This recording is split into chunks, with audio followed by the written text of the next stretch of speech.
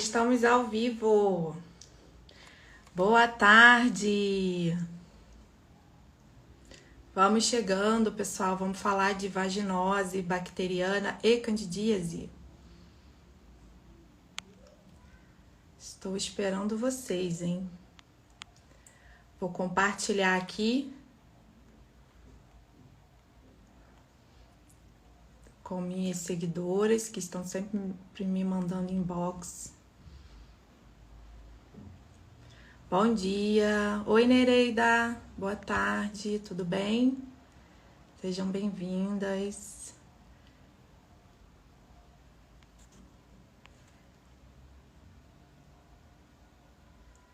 Boa tarde a todas, vão chegando. Hoje a gente vai falar de candidíase e vaginoses bacterianas. Bom dia! Oi! Bom dia, boa tarde, né? A gente ainda tá na transição aqui. Então vamos lá, gente, vamos falar, vamos começar. Bom, eu resolvi trazer esse assunto, sugerir esse assunto lá nos stories de ontem, né? Porque foi votação. Porque é uma condição, uma situação muito recorrente que tem muita ligação, então tem um motivo, né? Para essas condições sempre acontecerem juntas. E aí a gente vai falar um pouquinho disso. É importante quem está fazendo o tratamento também entender essa situação, né? O que leva essas situações a se manifestarem juntas, né? Por que a gente tem essa condição aí que piora, uma coisa piora a outra. Então, a primeira, assim, eu vou definir com vocês aqui o que é cada coisa, né? Então, assim, o que são as vulvovaginites, né? Existem 3 principais tipos de vulvovaginites, que são infecções ou inflamações na região vulvovaginal, tá? E aí essas infecções e inflamações, elas podem acontecer por diversos motivos, 3 principais, né? Que é a manifestação da cândida, que é um fungo, é um micro-organismo, é um fungo. Pode acontecer pela presença de algumas bactérias, que aí a gente chama de vaginoses bacterianas, ou pela presença de um protozoário, que a gente chama de tricomonas, né? A tricomoníase. O nome da doença é tricomoníase, causada pelo tricomonas, um protozoário que causa essa infecção. No caso do tricomonas, é uma doença sexualmente transmissível, né? Então, geralmente, a mulher que tem tricomoníase, ela adquiriu esse protozoário, esse parasita, via sexual, tá? Já a candidíase e as vaginoses, a maioria delas, acontece por um desequilíbrio na flora vaginal. Então, é uma disbiose vaginal. E é por isso que a gente fala muito dessas 2 condições acontecendo de forma concomitante. E aí, a primeira coisa que vocês precisam ter clara na cabeça de vocês: nem todo corrimento é candidíase.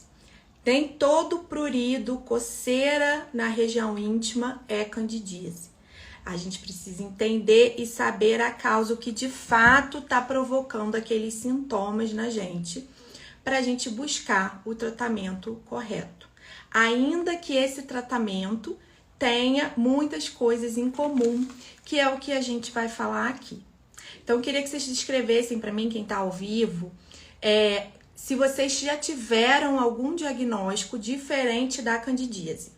E aí escreve para mim: eu já tive diagnóstico de Gardnerella, já tive de tricomoníase, estou com Gardnerella, ou estou com outra questão, outra bactéria que tenha sido identificada. Pode escrever aqui para mim, tá? Então, assim, as vaginoses bacterianas, elas são inclusive mais comuns do que a própria candidíase. Então, 40% dos sintomas são causados, 46%, né, dessas vaginites são causadas por bactérias.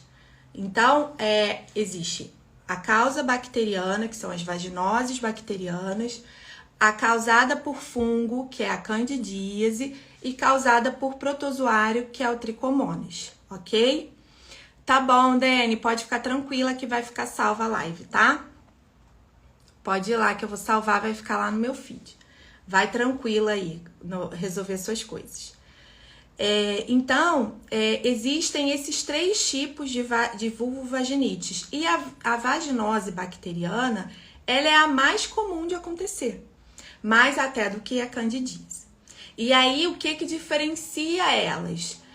Os sintomas diferem, mas muitas vezes eles ficam confusos ali, eles se misturam. E por que acontece isso?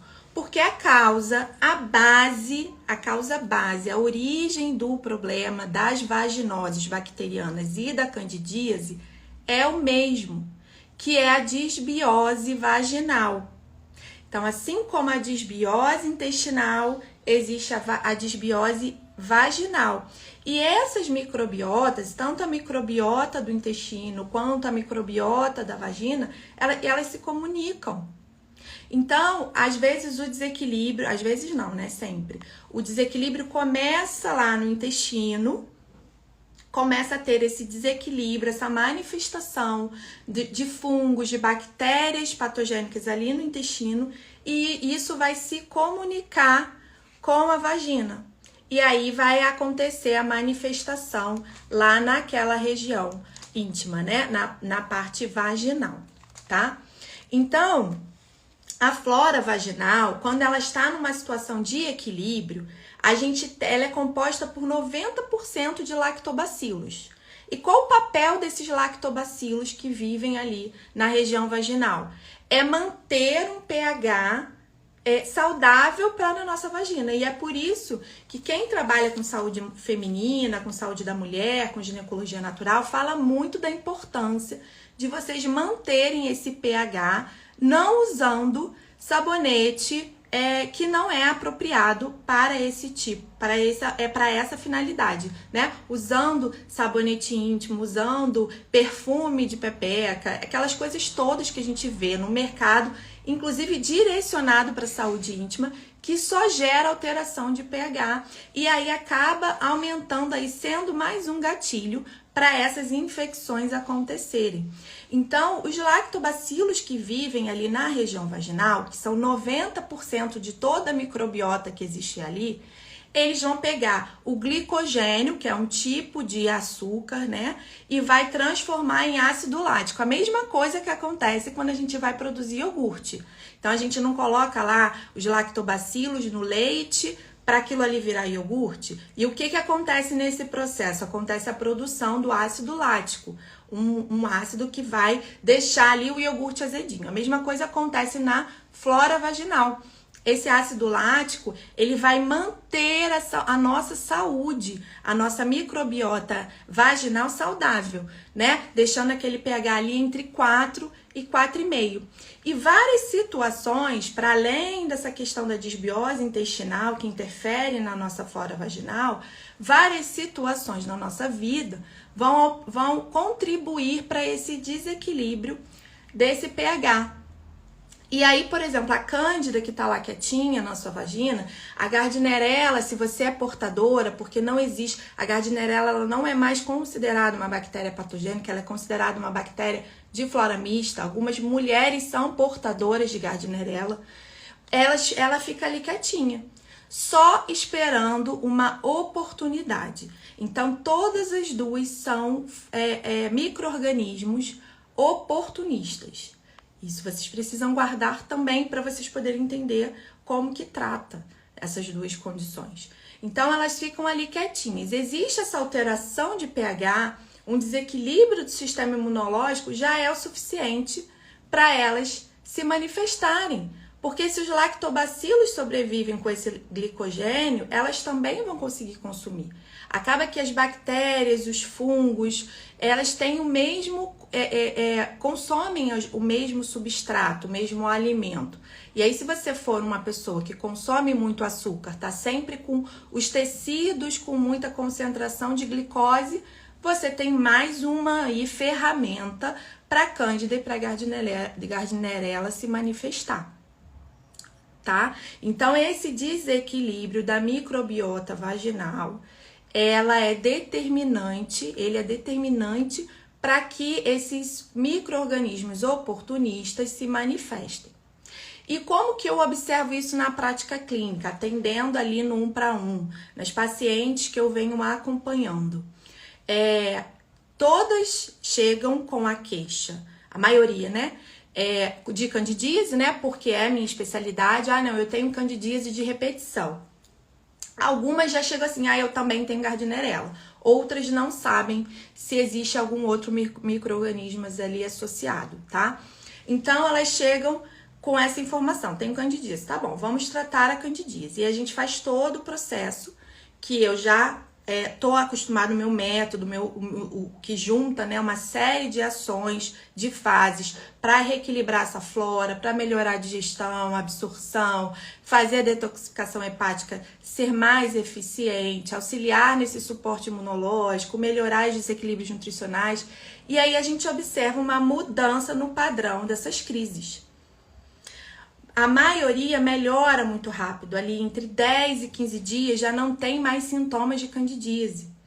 Mas o padrão dos sintomas às vezes muda e o corrimento continua. E é quando a gente acende a luzinha vermelha e tem alguma coisa além da candidíase. E isso é óbvio que eu não afirmo e não diagnostico. Eu oriento para que elas busquem o diagnóstico assertivo, busque encontrar qual é a bactéria que está ali junto com a candidíase. Porque como as duas, tanto a Gardnerella quanto a candidíase, como outras bactérias que eu já vou falar um pouquinho, eu tô falando da Gardnerella porque ela é a mais comum, tá, gente? Mas tem outras bactérias que a gente vai falar daqui a pouco. Eu tô indo por partes para facilitar o entendimento da questão da disbiose vaginal. Como existe essa disbiose vaginal, é comum que a Gardnerella se manifeste junto, porque uma vai ajudando a outra. Então, se eu tenho um corrimento ali de candidíase na vagina ali, vivendo ali, aquilo ali vai ser meio de cultura para bactérias. Você tem uma secreção ali que não faz parte da sua rotina ali, do ambiente vaginal, e que ele tá ali mudando o pH e ajudando outras bactérias a crescerem. Então, o próprio corrimento da candidíase muitas vezes alimenta a Gardnerella e vice-versa. E uma vai deixando o pH mais apropriado para a outra crescer. Apesar das duas terem uma diferença aí no pH, no pH ótimo para elas se manifestarem. Então, o que acontece é que por fases do ciclo, uma se manifesta mais e na outra. Então, elas vão fazendo isso aqui, ó. E aí, é a mulher que chega com sintomas o mês inteiro. Em geral, quem tem só a candidíase, quem chega só com a candidíase, tem uma manifestação muito próxima da menstruação, ou no pós-menstruação, ou no período ovulatório. Isso varia, porque existem os picos hormonais e isso faz com que o pH altere vaginal e aí a cândida se manifesta. Então, as mulheres que só trazem a candidíase como queixa principal, geralmente sabe exatamente o período do mês que ela vai se manifestar. Quando acontece essa manifestação conjunta, existe essa variação e muitas vezes o sintoma fica o mês inteiro. Isso não quer dizer que você tenha candidíase o mês inteiro. Muitas vezes é essa alternância entre o fungo e a bactéria ali se manifestando mais ou menos, tá? Então, a gente observa assim, uma melhora, elas começam o tratamento nutricional, integrativo, fazem todas as mudanças que elas precisam fazer, toda aquela fase inicial, com muitos elementos antifúngicos, melhorando o sono, gerindo o estresse, e elas percebem já uma melhora absurda no seu estado geral, né? Tô mais disposta, acabou a minha vontade de comer doce, tô me sentindo muito melhor, mas eu ainda tenho ali, não tem mais coceira, aí é engraçado que fala, não tem mais coceira, mas tem ainda um corrimento, que tá com um cheiro estranho. E aí a gente geralmente oriento buscar ajuda do ginecologista, pedir para investigar melhor essa secreção vaginal e geralmente encontra alguma coisa relacionada à infecção, a uma vaginose bacteriana, tá? Então, aí vocês vão falar assim, mas então não adianta eu tratar a candidíase se eu tenho as duas condições. Não, não é isso. É justamente ao contrário. Se você traz essas duas questões, é fundamental o tratamento nutricional integrativo. Porque quando eu mudo o meu ambiente intestinal, quando eu mudo essa microbiota, eu melhoro essa microbiota intestinal, eu vou também mudar a microbiota vaginal e eu vou eliminar todos os fatores de risco para as vaginoses oportunistas, como a Gardnerella, por exemplo. E ainda que não seja uma Gardnerella, né, que seja um ureaplasma, um micoplasma, que eu já vou falar daqui a pouco, esse tratamento para essas bactérias exige o uso de antibiótico. E o antibiótico é gatilho para candidíase. Então, se você não está fazendo um tratamento para melhorar a sua microbiota, para ajudar a sua microbiota a se recuperar, né? Auxiliar ali no tratamento, fortalecer o seu sistema imunológico, fortalecer tudo que causa candidíase, você vai tomar um antibiótico para um ureaplasma da vida, para um micoplasma, e vai ter candidíase em sequência. Porque a candidíase, o antibiótico, ele é um gatilho, muitas vezes, para candidíase, tá? Então, esse tratamento, ainda que seja necessária a utilização de antibióticos, né, de forma concomitante, né, com o tratamento, esse tratamento que antecede, né, para fortalecer o sistema imune, para recuperar a sua capacidade de digestão, absorção, que em geral é o que causa disbiose, é fundamental para você suportar esse tratamento com antibiótico sem ter a candidíase novamente. Deu para entender? Ficou claro essa relação, gente, da disbiose vaginal, né? Que a disbiose vaginal é uma condição que acaba favorecendo tanto o crescimento da cândida quanto o crescimento da Gardnerella, por exemplo, né? E que isso a gente precisa ir na causa, que é tratar o intestino, fortalecer o sistema imunológico, reequilibrar esses desequilíbrios aí nutricionais, né? Essas deficiências nutricionais. Deu para entender, gente? Vamos continuar. Falei pra caramba, mas tem mais coisa para falar.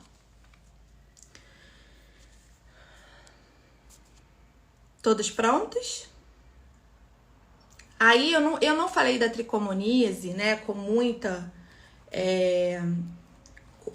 relação, porque a tricomoníase é a manifestação de um protozoário que não faz parte da nossa flora e que ele é transmitido via sexual. Então, quando é tricomoníase, e os sintomas também se parecem, né, com essa questão da coceira, do corrimento, a gente precisa tratar tanto a mulher quanto o homem, tá? Então, o casal precisa ser tratado junto.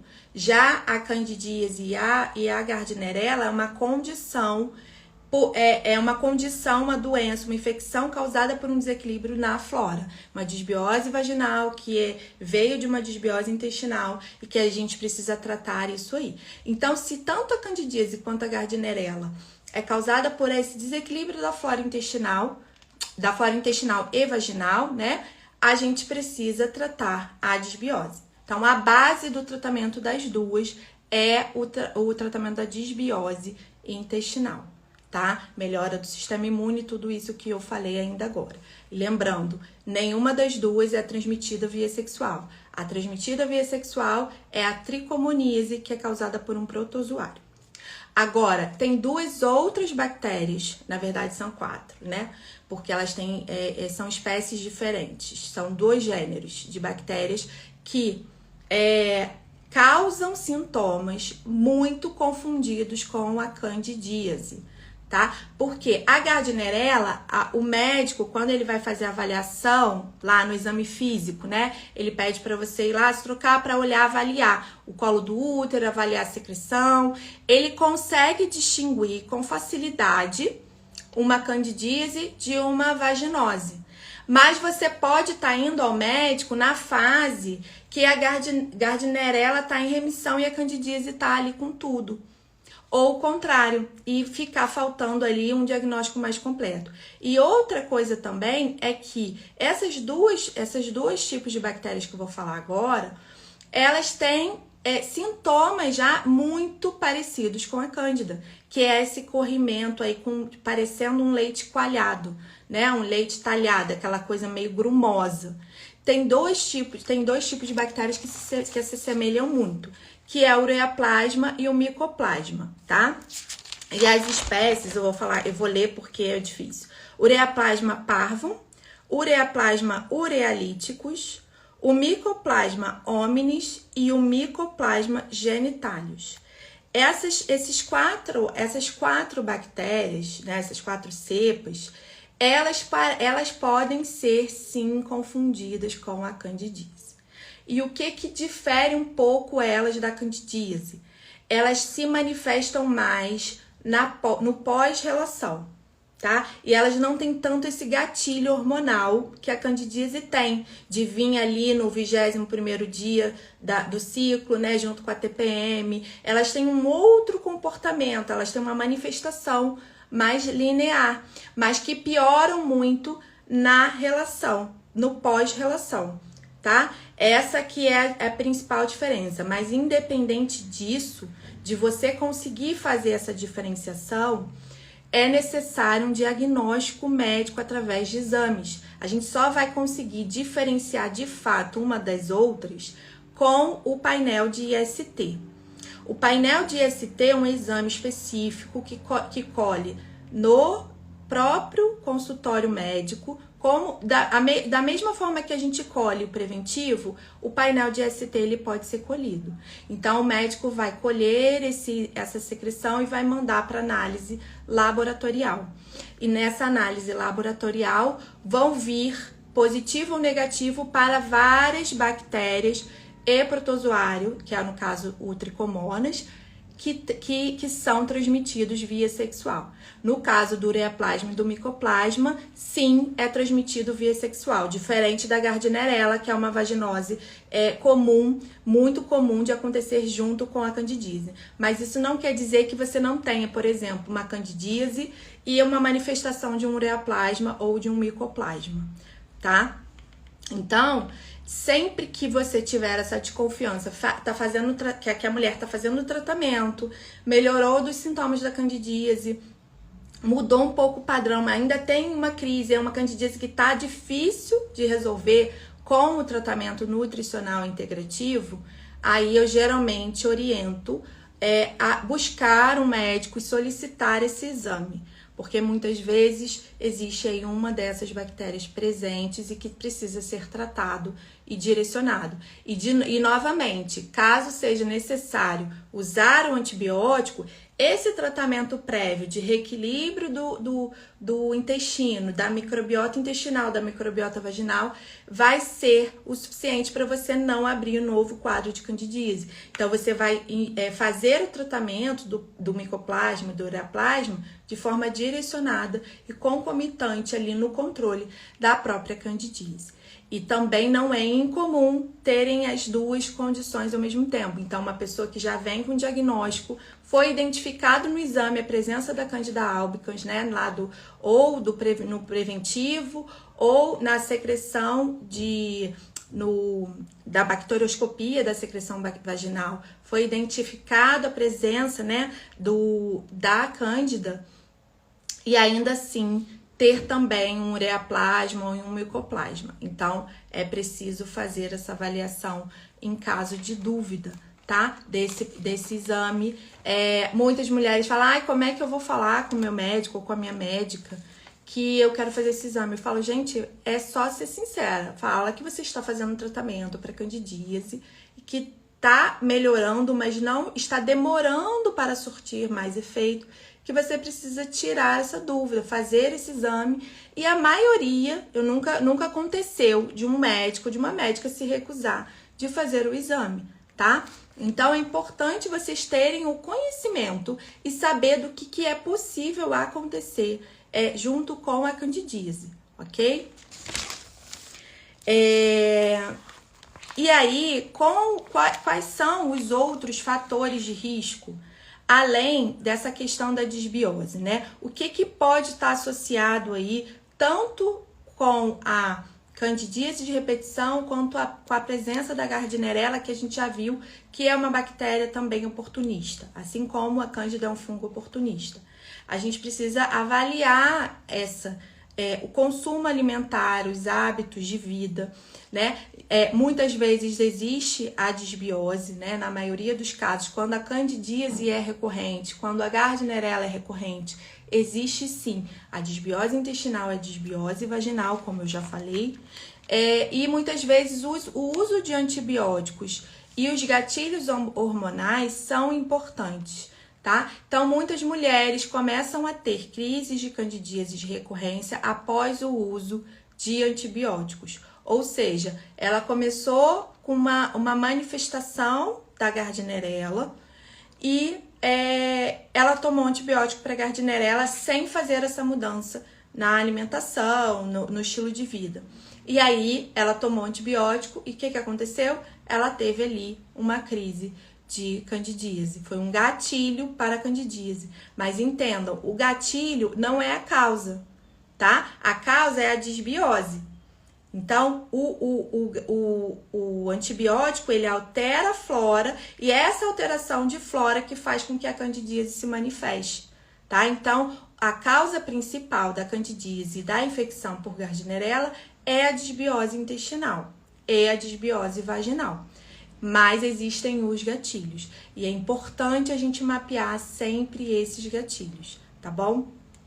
O gatilho hormonal, ele acontece de diversas formas, tá? Então, a gente precisa também ter isso mapeado. E quem usa contraceptivos precisa também ter essa consciência. O uso de contraceptivos, seja via oral ou seja local, ele aumenta, sim, as chances dessa desbiose acontecer, né? Por quê? Porque existe ali uma alteração do pH. Lembra lá no início que eu falei do ácido lático, né? Que os lactobacilos mantêm o nosso pH vaginal estável, mantém um pH vaginal ótimo para o crescimento deles e deixando ali quietinha a Cândida e a Gardnerella. Então, o uso desses contraceptivos, tanto orais quanto os dispositivos intrauterinos, né, os famosos DIU, eles causam essa alteração também, tá? De pH por conta do estímulo hormonal. As mulheres que têm o ciclo não usam nenhum tipo de contraceptivo, ou não usa chip hormonal, ou não faz nenhuma reposição hormonal via oral, elas podem ter esse gatilho pela TPM, onde ocorre uma mudança brusca no perfil de hormônios femininos e que geram essa alteração de pH e aí a candidíase se manifesta. Então, a gente precisa modular o hormônio, modular essa mulher de forma natural, através dos alimentos, das sementes, e é possível, sim, fazer essa modulação de forma natural. É possível, sim, a gente gerir esses hormônios, melhorar o perfil hormonal, principalmente diminuindo o estrogênio, aumentando a progesterona, de forma natural, com alimentos, com fitoterápicos, com mudanças de estilo de vida. Isso vai ajudar também a melhorar a qualidade do sono de vocês, a diminuir o estresse, a diminuir a ansiedade, né? Que vai contribuir para a redução, para a melhora da candidíase, tá? Então, o desequilíbrio hormonal, ele é um gatilho importante nesses casos e a gente precisa identificar nessa mulher o que existe ali de gatilho. Vocês precisam olhar para a vida de vocês, para o que vocês fazem, o que vocês ingerem de hormônio, como é a alimentação, para irem identificando todos esses gatilhos que podem contribuir para essa alteração de microbiota, tanto intestinal quanto vaginal. Tá certo, gente? Acho que a gente já falou tudo que refere aí o relacionado, né, a candidíase de repetição e as vaginoses. Então, eu vou reforçar aqui a questão do exame. A cultura de secreção vaginal, que também é colhida no laboratório, no consultório médico, ela também ajuda a gente a diferenciar esse tipo de vaginose, diferenciar essa infecção, porque além dela identificar o crescimento da cândida, ela também vai identificar o crescimento de outras bactérias, podendo até identificar o próprio micoplasma, tá? Que tem lá no painel de IST. Então, quem vai definir qual vai ser o melhor exame para se fazer nesse momento é o médico que está te assistindo, ok? Então, através dos sinais e sintomas, ele vai saber direcionar ali o melhor exame para detectar essa vaginite. A vaginite que tá ali no momento presente, ok? Que mais, gente? Acho que eu falei tudo. Deixa eu ver se eu esqueci de alguma coisa.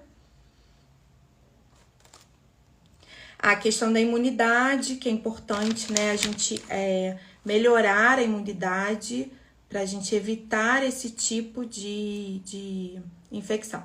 Com relação ao DIU de cobre, a gente ouve muito por aí de que não tem nenhuma relação com as vaginites, que não tem relação com a cândida, não tem relação com a gardnerella. No entanto, existe a relação, né? Estão estudando a relação da presença do DIU de cobre com a alteração da microbiota vaginal. Então, de forma indireta, se isso de fato se confirmar através dos estudos científicos, de forma indireta, sim, o DIU de cobre pode alterar essa microbiota e propiciar o crescimento da cândida. Outra questão que se levanta também é a possibilidade de existir da cândida conseguir se instalar no próprio fio do DIU e formar o famoso biofilme. E esse famoso biofilme aí impedir que essa mulher sare e se cure de vez. Então ela vai ficar ali, ela melhora os sintomas, mas a cândida tá lá, escondida no fio do DIU. Então isso também pode acontecer e vocês precisam estar alertas. O DIU de Mirena, ele também provoca uma alteração local, porque é o hormônio que acontece ali, né? A progestina pode dar queda de cabelo, acne, que também muitos negam, né? As pessoas, os laboratórios que produzem esses dispositivos falam que não tem qualquer relação com efeito colateral, mas muitas mulheres referem queda de cabelo e presença de acne. Essa atuação da progestina local, apesar de ser ali local, ela também pode aumentar a ansiedade, as chances de depressão e de reduzir a capacidade da mulher de lidar com o estresse. Tudo isso a gente precisa levar em consideração quando a gente está avaliando a melhor forma da gente evitar uma gestação, tá? Tem também, óbvio, as mulheres que fazem uso dos dispositivos intrauterinos com hormônio para controle de endometriose, por outros motivos, a gente sabe. Mas vocês precisam ter essa consciência de que nem tudo que falam é o que acontece. E nem sempre inibir a ovulação é o melhor para a saúde da mulher, tá? Eu diria que em quase 100% dos casos, isso não é o melhor para a saúde da mulher, inibir a ovulação, tá? E o DIU de cobre, como eu falei, tem essa questão. Ele acaba gerando aí, porque como o cobre, ele vai liberando íons de cobre na região, porque ele provoca uma inflamação uterina proposital, né? Para não ter ali a anidação do embrião, ele provoca uma inflamação local. E esses íons de cobre que são liberados, eles também estão relacionados com uma diminuição do zinco, do magnésio, do cálcio. Então, o zinco, o cálcio e o magnésio, eles têm aí o seu papel na nossa função imunológica. Então, é importante esses nutrientes para o nosso sistema imunológico, tá? Então, a gente precisa raciocinar em cima dessas informações e ir tentando ligar os pontos, né? Como que é o seu caso? É um grande quebra-cabeça. E a gente vai tentando rastrear todos esses gatilhos para a gente chegar numa conclusão e identificar o que de fato está causando todo esse desequilíbrio, toda essa desbiose, tanto intestinal quanto vaginal. E é assim que a gente precisa investigar, a gente tem que ter esse olhar crítico, investigativo, e o conhecimento é a maior ferramenta que vocês têm. E é por isso que eu tô aqui toda terça-feira, porque eu acredito que é divulgando esse tipo de conhecimento que vocês vão saber, que vocês vão encontrar o melhor caminho para vocês conseguirem chegar onde vocês querem, que é na saúde, na cura, na qualidade de vida, na redução desse estresse, na melhora da saúde sexual e reprodutiva, na melhora da saúde hormonal de vocês, da saúde mental, porque a gente sabe o quanto essas vaginites acabam com a qualidade de vida, destroem relacionamentos, né? Porque são questões que vocês convivem durante muito tempo, né? Então tem mulheres que chegam com 10 anos, gente, de candidíase. Como que é a vida dessa pessoa, né? Como é a qualidade de vida dessa pessoa. Então, de fato, isso não é só um problema ginecológico. A candidíase, as vaginoses, não são só um problema ginecológico. É um problema na vida toda da mulher que vai interferir em todos os aspectos, emocional e mental, inclusive. E é por isso que o tratamento integrativo, ele tem esse pilar, que é um pilar tão importante quanto o tratamento nutricional. Então, o tratamento nutricional, ele é a base, ele vai permear aí todos esses pilares, né? Da saúde hormonal, da saúde metabólica, da saúde física, mental e emocional, mas ele não é só para dieta que a gente tem que olhar, não é só para alimentação que a gente precisa olhar. A gente tem que olhar para todos os aspectos que estão envolvidos aí nessa questão, nessa condição recorrente que é a candidíase, tá bom? Espero que vocês tenham gostado, eu espero que tenha trazido informação nova, que tenha ajudado vocês com mais uma pecinha aí, nesse grande quebra-cabeça da candidíase. Se você tá chegando agora, não conseguiu assistir do início, já eu vou colocar essa live no meu perfil, no meu feed, vai lá, assiste.